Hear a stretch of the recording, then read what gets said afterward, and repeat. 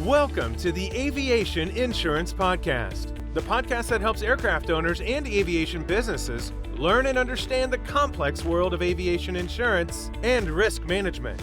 From the basic principles of aviation insurance to risk management techniques and updates on the aviation insurance market, the Aviation Insurance Podcast is your guide to traverse the world of aviation insurance.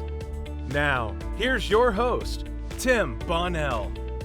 Welcome back to the Aircraft Insurance or Aviation Insurance Podcast, where we've been spending the last, several months going over the fundamentals of aircraft insurance. And as this podcast is being released, we'll be celebrating the 100th year of ag aviation at the National Agricultural Aviation Association Convention in Savannah, Georgia. So for 100 years, aircraft have been used in the seeding, fertilizing, and chemical treatment of agricultural crop production. And so to celebrate that, I just thought we'd talk about a few of the differences, and there's several between ag aviation or ag aircraft insurance and aircraft insurance. Now, there are definitely some things in common. There's both the physical damage and the aircraft liability, but they're done a little bit differently. The physical damage is not that much different. You still have an insured amount and the coverage for that for the aerial application use.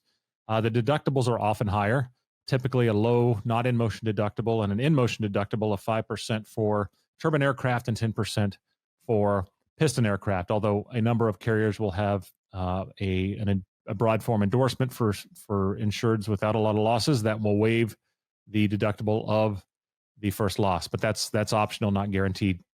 So aircraft physical damage is pretty much normal. When we get into liability, things get a little bit different. Or even more different. And the first is that we do have aircraft liability.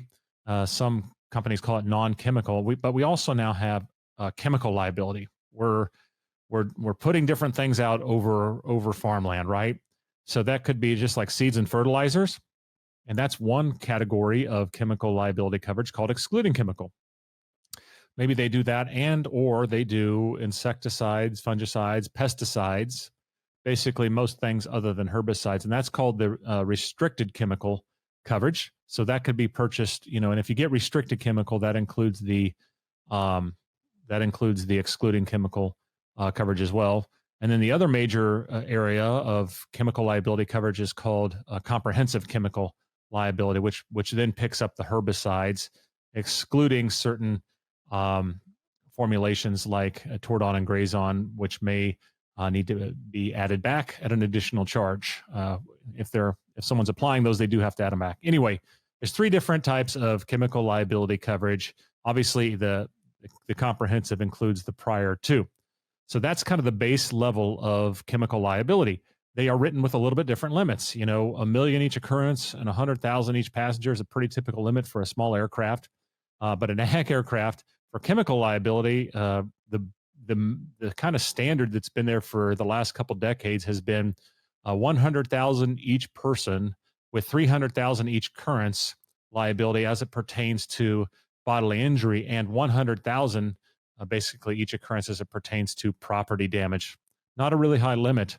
More and more operators are purchasing a little bit higher limit that's available if they don't have too big of a claims problem at a $300,000 each occurrence for both bodily injury and property damage, or maybe even $500,000 each occurrence for bodily injury and property damage as it applies to chemical liability. So then we have the non-chemical or aircraft liability, which in the past may have carried a similar limit to the chemical liability. But in this day and age, most ag aviation operators do carry at least $1 million of non-chemical liability. Some may carry higher. Again, there's always exceptions to the rule, but with increasing cost of towers and wires and other things out there that ag aviation has been having challenges with, that non-chemical liability needs to be a little bit higher. And also many contracts require that kind of a limit. So we have both aircraft and so non-chemical and chemical liabilities that come into play. We also have some unique exclusions and then endorsements that are going to have to come into play when you talk about an ag aviation insurance policy. For instance, your chemical liability, what it covers is basically drift or chemical drifting onto another farmer's field that you're not treating. It does not cover the exact, if the next field over is owned by your same farmer you're working for, that coverage does not apply. So there's some endorsements to address those issues. And one of them is called an adjacent fields endorsement, which basically then means that if the farmer owns the field next to him that you're spraying in it, and you drift from let's say the wheat onto the soybeans, and you damage the soybeans with the drift, you still have coverage if farmer A is not very happy about that. The other one is if there's a misapplication or something to the field you are treating, and that's called usually target crops or crops being treated. Both of those endorsements are available to address those coverages for ag operators. And typically, if you purchase the crops being treated, it typically includes adjacent fields coverage. So that's kind of an interesting, when you talk about chemical liability, you need to make sure you understand what chemicals are covered, and then what fields and farmers that applies to. Again, a lot of people use the term drift coverage when they are talking about chemical liability. There's some interesting exclusions. I'm not going to get into all of them deeply, but in most ag aviation policies, there's an exclusion for right-of-ways or easements for over residential areas. So spraying over residential areas is typically an exclusion. Unendorsed for fire patrol is excluded under an unendorsed policy. Treatment of herbicides over forests, woods, timberlands, or tree farms. And there's a few others: noise, environmental, the things we always see. But those first several, residential, right-of-way, the fire patrol, and spraying over the tree lands and woods, those are all available via endorsement. The carriers just want to know what they're doing and can write those particular ones back via an endorsement. So it's important for ag operators who are in different areas that may be doing multiple things with their ag aircraft to address these unique exclusions that are indeed unique to aircraft insurance policy. So each state usually has a Department of Ag that requires certain limits. And so each state has some little bit different issues, but typically the limits we've discussed today are pretty common in this day and age. And ag aviation continues to work towards higher levels of professionalism, even some safety management systems, or even standards. Then in AAA, the National Ag Aviation Association, has the PASS program, the Professional Aerial Applicator Support System, which is a human factors and it's a safety training that has helped improve the loss experience of aerial applicators. So these operations are typically very professional and are working to do things right. They have some unique considerations. There's a few others, but these are just kind of the big ones. The difference in the chemical liabilities and the unique exclusions, and there's some other just interesting things about writing ag aviation insurance. But we just wanted to spend some time on that in the episode today, because we are celebrating that 100th anniversary of ag aviation, and our aerial application Air Force has been responsible for helping to feed the world's growing population, and they're continuing to do it in a way that's less environmentally impactful.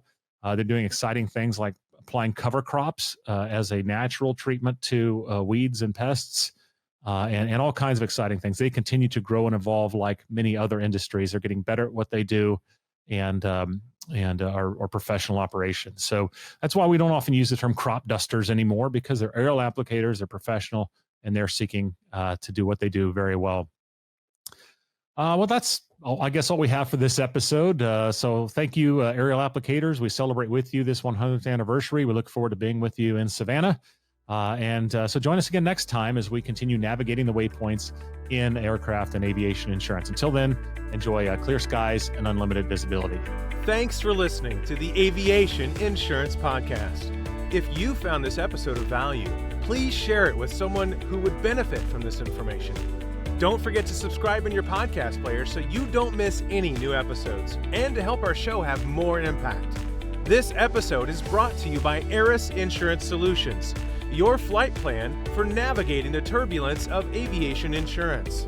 For more information, visit aerisinsurance.com. That is www.aerisinsurance.com. Disclaimer: these episodes are for educational purposes only, and due to the changing regulatory and legal nature of the business, some information may change over time. Having a well-educated and experienced aviation insurance broker on your team is an absolute requirement to success in business and for managing your aircraft and aviation business risks.